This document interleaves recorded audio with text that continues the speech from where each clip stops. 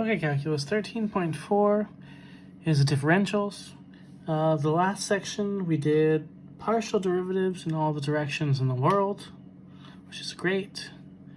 But what about the derivative of a function as a whole?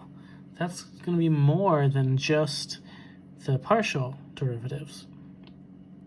So the definition of a total differential, if z equals f of xy and delta x and delta y's are increments of x and y, the differentials of the independent variables x and y are delta x and delta y respectively, and the total differential of the dependent variable z is dz dx times dx plus dz dy times dy, or the x partial derivative dx plus the y partial derivative dy. And similarly, that can be extended to 3 dimensions. So how does this work? So we take the x partial derivative of the function.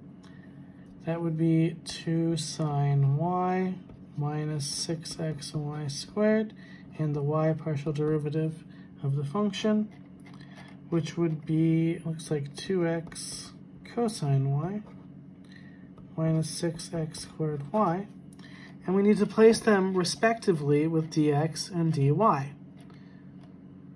So the x partial derivative is going to go with dx, the y partial derivative is going to go with dy. So the whole thing, dz, is equal to 2 sine y minus 6xy squared dx plus 2x cosine y minus 6x squared y dy. So this is the total differential. Now if we do this with, say, part B, we need 3 partials. X is 2x, though this one's really easy because all the derivatives are crystal clear. So that means dw is 2x dx plus 2y dy plus 2z dz. So you just take the partials and you place them with their integrating factor or derivative factor that comes with taking the derivative with respect to their certain variable. Okay, so let's look at the next page. Textbook definition of differentiability. For a differentiable function, y equals f of x, you can use the differential dy equals f prime of x dx as an approximation of the value. But normally, the way that you find the actual derivative is to use the limit. However, we have a slightly different interpretation of how this works. So a function f given by z equals f of xy is differentiable at x naught y naught if delta z can be written in the form delta z equals f of x times x naught y naught of x naught y naught times delta x plus fy of x naught y naught delta y plus epsilon 1 delta x plus epsilon 2 delta y, where both epsilon 1 and epsilon 2 go to 0 as our differences, delta x and delta y, go to 0. So when it says show that f of x y equals x squared plus cy is differentiable at every point in the plane, we need to do this thing. In order to do this thing, we need to show delta z, which is f of x plus delta x, y plus delta y, minus f of x, y, can be written in this form above. Okay, so what x plus delta x, it's squared. So that'd be x plus delta x squared, y plus 3 times y plus delta y, minus f of xy, so minus x squared minus 3y.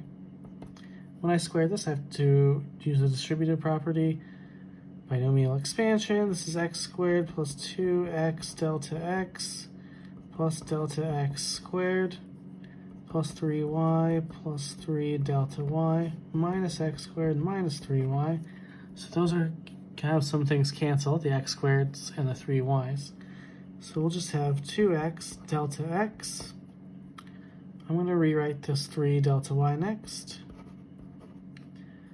I'm going to rewrite this delta x squared as plus delta x times delta x No particular reason. Maybe.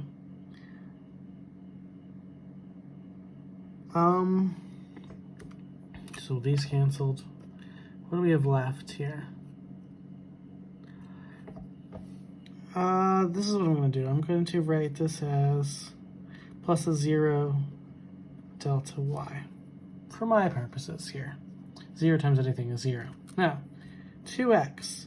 This is our f of x, because the derivative of this thing would be 2x, the x partial. So we satisfied this portion, f of x times, or x partial times delta x. This is the y partial, because the derivative of 3y is y, times delta y. Delta x can be epsilon 1, and this 0 can be epsilon 2. Now, why can delta x be epsilon 1? It says this whole thing, both epsilon 1 and epsilon 2 need to go to 0, as delta x goes to 0. So of course, if delta x is epsilon 1, as it goes to 0, it just goes to 0. So this shows that we can write it in this form. I won't have you do any proofs like this, but I just thought it'd be interesting to see. So the existence of partial derivatives is not sufficient for the function to be differentiable. We need more. If f is a function of x and y, and the x partial and y partial are continuous in an open region R, then f is differentiable on R.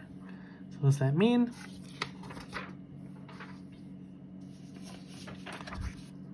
Theorem 13.4 tells you can choose x plus delta x and y plus delta y close enough to xy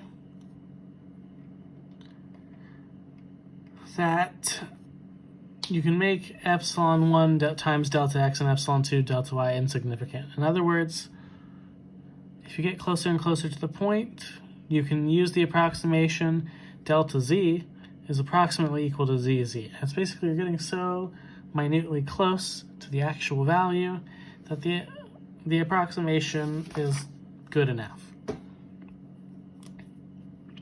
The partial derivatives dz dx and dz dy can be interpreted as the slope of the surface in the x and y direction as you get really close to the point. So dz equals dz dx delta x plus dz dx, should be dz dy delta y, represents the change in height of a plane that is tangent to the surface at xy f of xy. Because a plane in space is represented by a linear equation, the approximation is called the linear approximation. Use the differential dz to approximate the change in z equals 4 square root of 4 minus x squared minus y squared as xy moves from the point 1, 1, so it's 1, 1, 2, to the point 1.01, 0.97, compare with the exact change in z. So we know delta z equals f of x plus delta x minus f of x.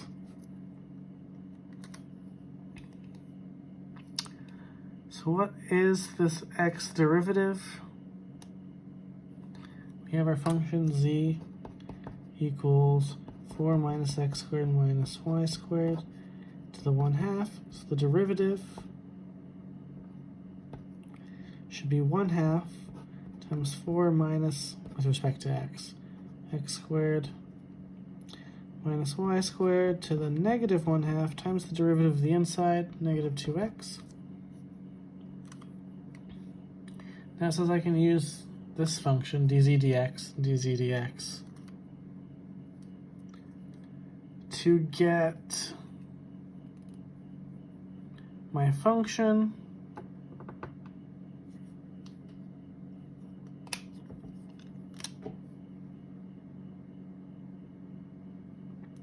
okay, so where we have here, okay, so this is negative x over the square root of 4 minus x squared minus y squared.